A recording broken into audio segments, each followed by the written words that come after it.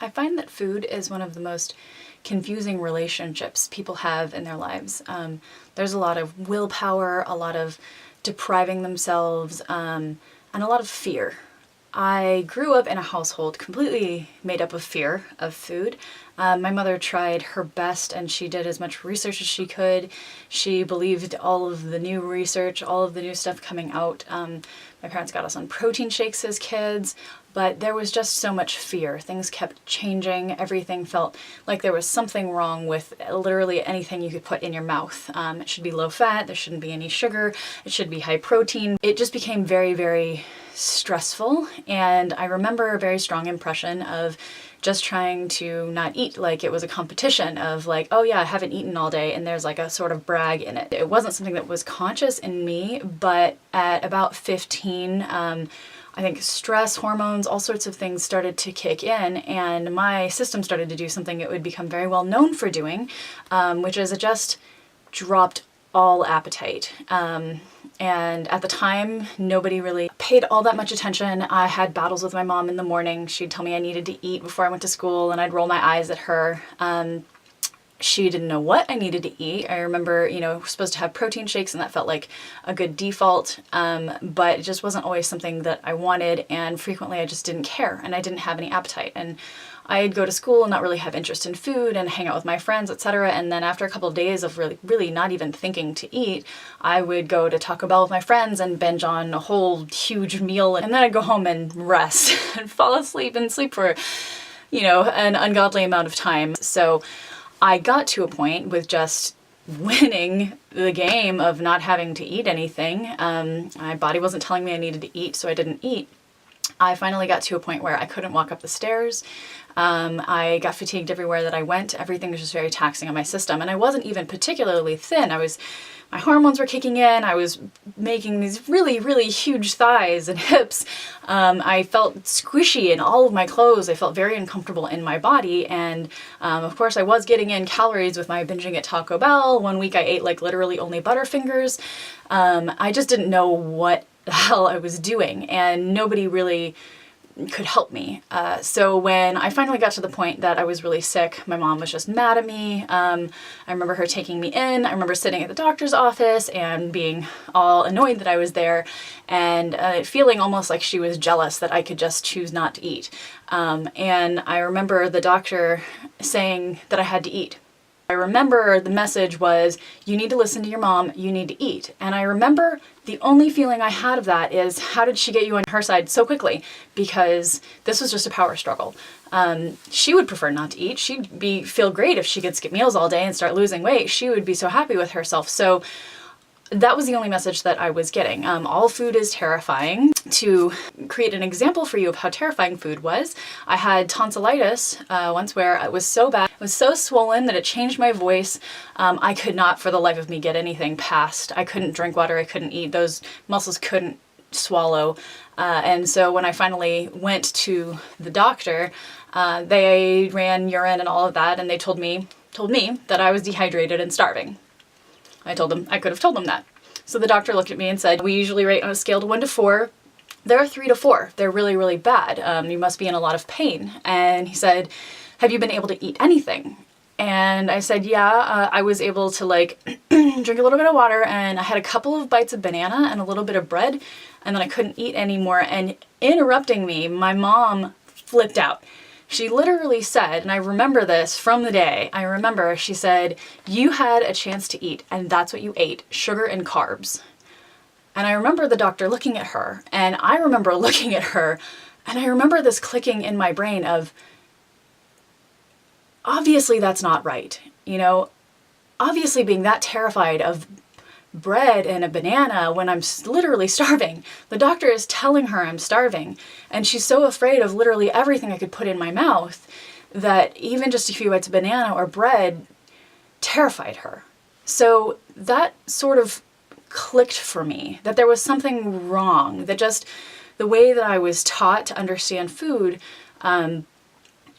it didn't work anymore. There was something wrong about it. After the incident where I couldn't walk up the stairs, my parents did an absolutely brilliant thing, and they found me a personal trainer.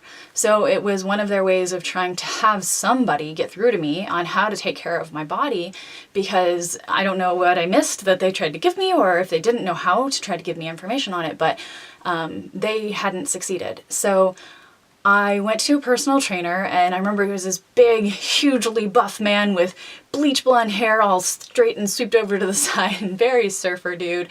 But he gave me a piece of paper that had a list of food I should eat to nourish my body.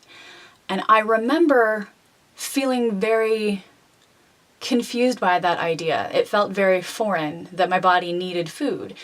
That food of any kind was safe or good for me. It didn't, my mom never has, and she still has a trouble with vegetables. She doesn't like vegetables, so I have a feeling she didn't do a very good job of showing how awesome and healthy she feels when she eats vegetables. So it wasn't vegetables on the list. It was eggs and tuna fish and different kinds of protein. I mean, he was a bodybuilder, so there were different things, and he explained to me and talked to me about how my body needed fuel and it needed protein and it needed these things. And I literally folded that singular sheet of paper up into a tiny square. And I remember about 10 years later finding that piece of paper that I carried in my pocket until it literally, when you opened it up, it was like a web. It had fallen apart so much from wear and tear. That was what I was missing. I had no idea. I had no idea up until I was like 15 or 16 that food was supposed to nourish my body, that food was good and healthy and safe. It just was something that you just lose your willpower and you eat all the stuff you're not supposed to eat, and you just hope you don't get too fat and you just hate yourself. It was also something that when we were all frustrated at the end of the week, we would go out and we would have a big meal. It was a big treat, and we would go to a local bar and grill and we would get potato skins and chicken wings and just indulge on all of the treats that we wanted, and we would sit around and we would talk, and it felt so great and it was so delicious and we loved it. And then we all complained about how we overate and how miserable we were and what a bad idea was that all the way home. So that was our family relationship with food. And my parents went to the gym every day, whether they wanted to or not. My dad still goes to the gym. My mom won't go anywhere near exercise. So it was just a lot of mixed messages. And my relationship with food and my relationship with fitness was very confused. So that has evolved a lot for me. And I have done every kind of diet you can imagine.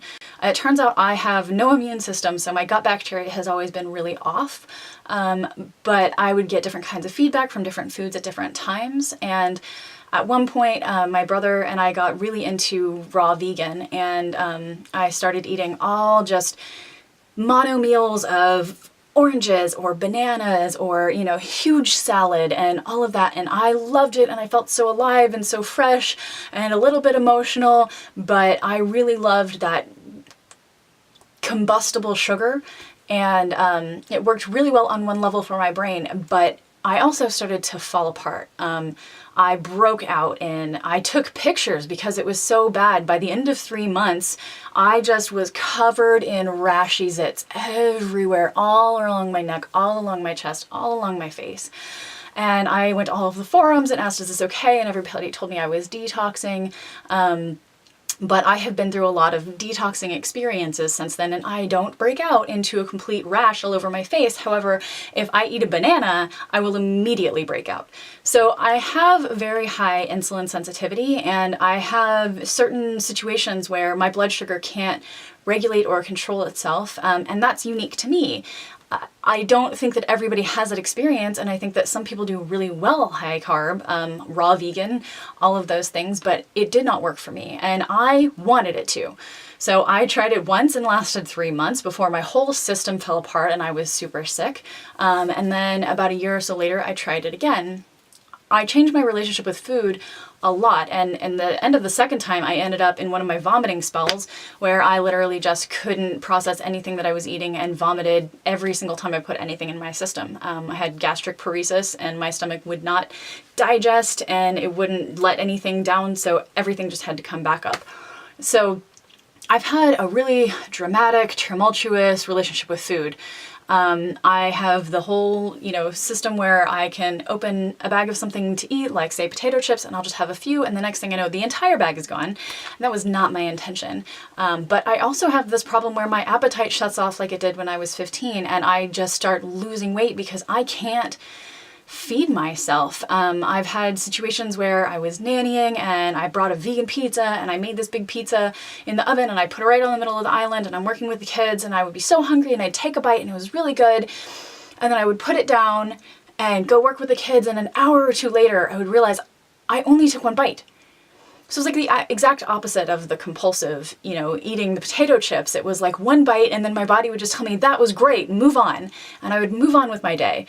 So after, trying over and over and over again to remind myself to eat, I just wasn't eating and my body wasn't noticing, and I was just running off of fat, and it didn't even seem good. I literally would bring myself to doctor's offices and say, I can't eat, and they'd tell me I was anorexic and run a bajillion tests and then find out my cholesterol is actually really good, which means I'm getting a lot of good fats. But they couldn't find anything wrong with me, and I don't know if it's neurological or chemistry or what. I have been through a lot now with supplements and bacterial changes and all of that, changing my gut microbiome and all of those things, and I, at this point, am about like 1 or 2 months from vomit migraines, which seem to be caused from my digestive tract itself, from my stomach itself shutting down. But at this point, I've learned that food nourishes my body. And I've learned that sometimes I crave food that I'm not supposed to eat and all of that.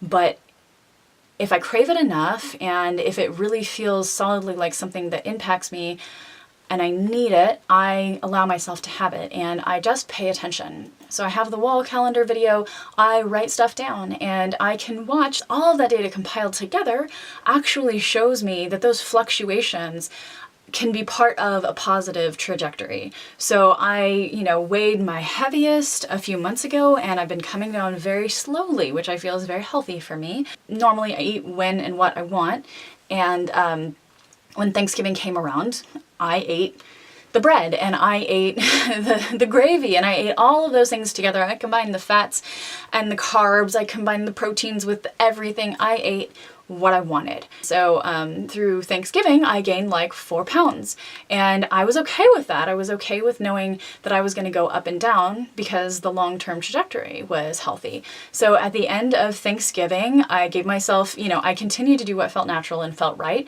And after Thanksgiving, like by this point, I've actually dropped down lower than I've ever been. And that's with Thanksgiving just being last week. So I keep a long-term measurement of all of that stuff, and I eat the way that I feel is right and I feel that I need to. I know that my body needs healthy fats, and so if I ever am craving something like pizza or cake, I know that I probably should eat something with high fat, high calorie content. So I typically just start to really crave butter. For example, sometimes if I crave bread, it's because I can slather on a lot of butter. Or if I crave potatoes, I can slather on a lot of butter. I soak things in butter. So a lot of times, sometimes the craving for carbs is really a craving for the fat that I would put with them. So what I'll do is just make a big jar of bone broth, and I will put grass-fed butter in there as much as I want. And I will drink that, and it cures all those cravings. So I've learned that when my body is telling me that it needs something, it's because it needs something. When it's craving something, it's because there's a missing piece there. It's something that it's not currently getting. I manage my caloric intake by keeping it essentially pretty low just by my natural habits and tendencies, but I do observe those patterns and recognize if I start to kind of crave things or feel extra hungry at times, that I might be actually sending signals to my thyroid that I'm not getting enough food and that we should slow down my metabolism, which doesn't help anything. So at that point, I will grab a pound of bacon from the local farm here, and I will cook that up and I will eat as much as I want. I will go ahead and have a high calorie day, and some people call those cheat days and all of that, but for me it completely depends on whether I eat like gluten or carbs or fat or whatever.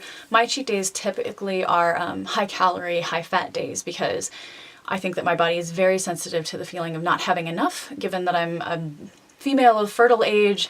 I have all of those hormones that are telling my body to make sure that we could support ourselves and a baby.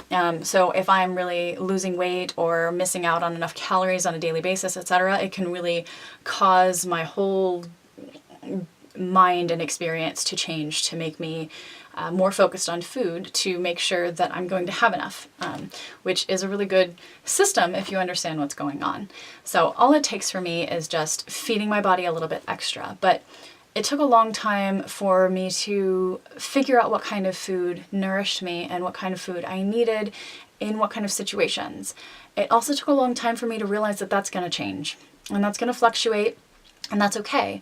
And as long as I'm making the best decisions that I can, I'm keeping somewhat of a log and I'm keeping data to look back on, and I'm constantly learning new things about how things interact with me, then I will always be evolving into feeding myself better and better and nourishing myself better in the long term. So I am allowed to cheat, I'm allowed to overindulge, I'm allowed to do all of those things, and I still feel healthier and healthier, and I still lose the body fat that I packed on when I was really sick, and I still feel really positive about my relationship with food, which is something that I had to learn. I had to figure out myself, and I've earned it. So learn what you can and educate yourself on nutrition and start finding healthy foods to keep in the house and to feed yourself and to eat in front of your children and to offer them some but don't force them, and prepare in delicious ways and just show them what it's like to enjoy food and have a healthy relationship with food, because that's where they're going to learn it. That's what they're going to pick up on, and that's where they'll make their decisions, is what you did, not what you said. Whether you told them they had to finish their broccoli, otherwise they weren't going to get dessert, that just creates a power struggle. But if they see you eat broccoli as a meal, that's a big difference. If they want to eat pizza and you want to eat broccoli, they're going to get different signals. So, yeah, sure, you can have pizza. Do you want some broccoli as well? I'm going to have myself a big bowl of broccoli. Okay, sure. Yeah, I kind of like broccoli. I'd like some broccoli too. So you can change their relationship with food by being a good example and by having a good relationship with food. And try to make the best, healthiest decisions that you can and love your process, because that's where you are and that's what it's always going to be. It's going to always be a process. So keep evolving and hold that close and know that it's a very good thing.